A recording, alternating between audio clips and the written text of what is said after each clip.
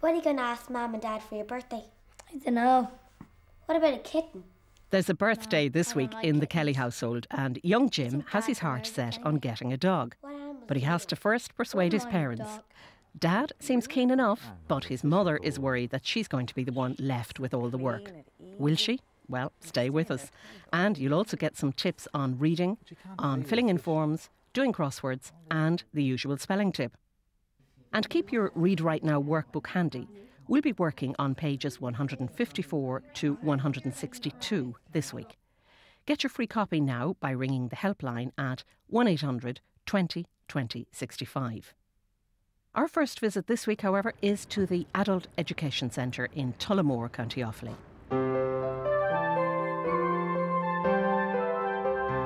Cattle farmer Pat Brennan lives in Edenderry in County Offaly.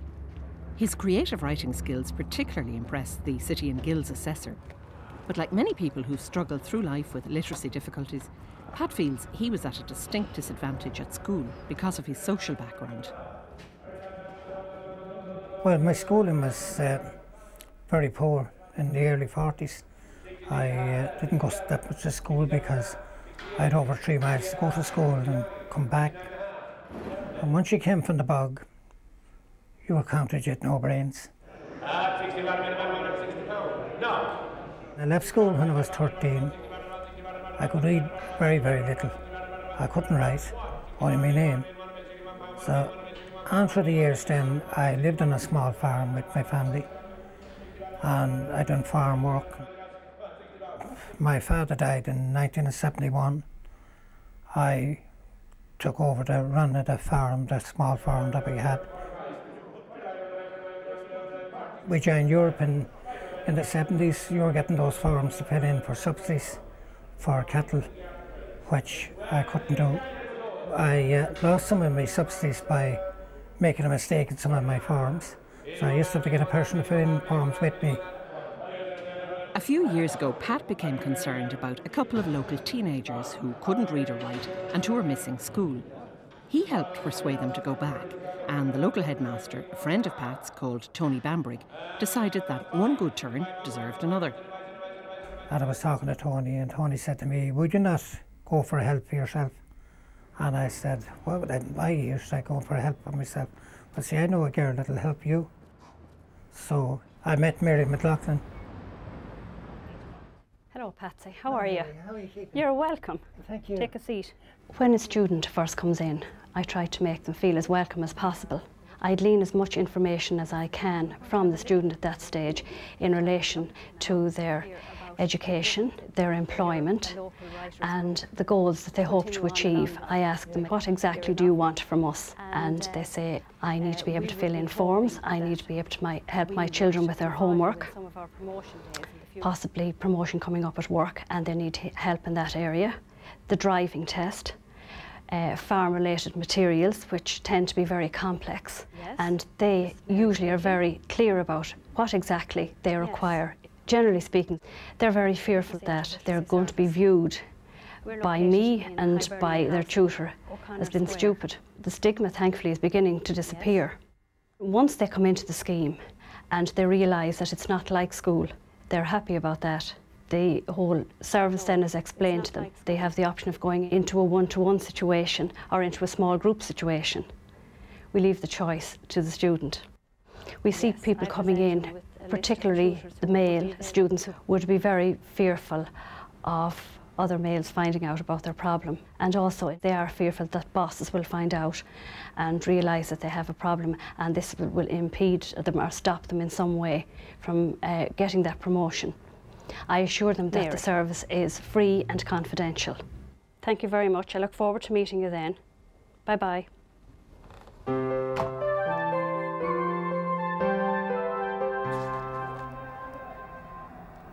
What are you going to ask Mum and Dad for your birthday? I don't know. What about a kitten? No, I don't like kittens. I think Dad's allergic anyway. What animals do you like? I wouldn't mind a dog. Is Dad allergic to them too? I don't think so. I know he likes them. I wonder if you'd be allowed. I hope so. If I am, I'll let you play with it too. Hope you get one. Me too. They say a dog is a man's best friend. Do you suppose the kids are asleep? Yoo-hoo! Anyone still awake can come down for chocolate. I'd say they were asleep. Why'd you ask? I heard Jim talking to Emma today. He was saying he'd really like a dog for his birthday. Oh, I don't think that's such a great idea, love. Sure it is. Jim loves animals. Yeah, but there's more to having a pet than just loving it and playing with it. That's the whole point. It's be a great way for him to learn about responsibility. And who's going to house train it and clean up after it in the meantime? Jim will. We'll make an agreement. He can have the dog, but he has to be the one to be responsible for it. I'd just be afraid I'll be left doing it all. No. Look. Puppy care and training. You know Jim loves reading. Everything he needs to know is in that book. Well, let's find out a bit more about having a pet before we decide, okay? If you're looking for a particular piece of information from a book or a magazine, the contents page is the place to start. Most books are like this one, divided into different sections or chapters, each one dealing with a different topic. So, say you're looking in this book for information on what to do if you're getting a new puppy. For example, you might want to know what type of feeding bowl is best. So the words you'll be looking out for are new puppy and feeding bowls. The contents page lists each chapter, the page number the chapter starts on, and a short description of what's in the chapter. So if you scan down, using your finger if you find that helps, until you find the words you want. And here it is in chapter 2. Again, you can make sure that this is the chapter you want by reading some of the short description. Buying equipment, feeding bowls, collar and lead. You can then flick on down the book to page 10 where this chapter starts. When you get down to the start of the chapter, you can then scan through the different headings to help you find the exact piece of information you want on feeding bowls. This chapter is divided into preparations, buying equipment, and here it is, feeding bowls. Your puppy will need 2 feeding bowls, 1 for food and 1 for water. Bowls made of stainless steel are recommended.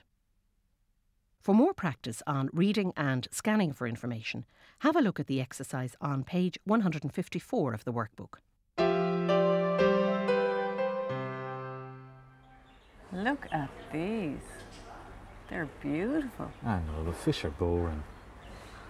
So clean and easy. And they stay in their tank all day. But you can't play with a fish. All they ever do is swim around and open their mouths as if they're belching. Ah, no. Jim would love some fish for his birthday. I think a boy should have a dog. And they have everything here. Baskets and leads and bowls and food. The works. I wonder where they keep the puppies though. Hi Ken, what are you doing here? Hiya. I just dropped in to get some food for Donald's dog. What about you? Oh, we're thinking of getting Jim a puppy for his birthday. That's a great idea. Hi, Kieran. Hiya. I found just the thing for Jim. Come on over here.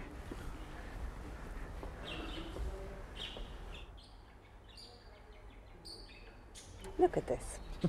More fun than a fish. Easier to look after than a dog. I thought you were afraid of rats. It's not a rat, it's a gerbil. Anyway, it's in a cage. You know, Eileen, my wife wasn't too keen in getting a dog for Donald. But you should ask her now. She thinks it's a great idea. That dog follows Donald everywhere. My only concern is I'll end up cleaning up after. I know, they're real intelligent. And they're very easy to train. Sure, Donald trained him himself after he read the book that I gave him. Why don't we go and look at the puppies anyway? But where are they? Oh, they're not in this place. Ah, no. Ken, from the look on your face, you'd swear the dog was for you. Never did have a dog of my own. Oh, maybe Jim will share his puppy with you. Look, love, they have ads in the supermarket. I'll take a look.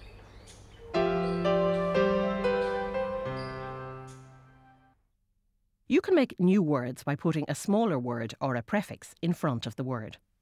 If you put the prefix un or dis in front of a word, you change the meaning of the word to its opposite meaning. For example, happy. If you put un in front of it, this becomes unhappy. Likewise with able, if you put dis in front of it, it becomes disable.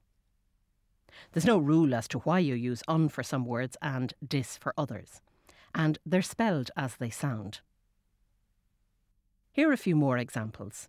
Agree plus dis becomes disagree.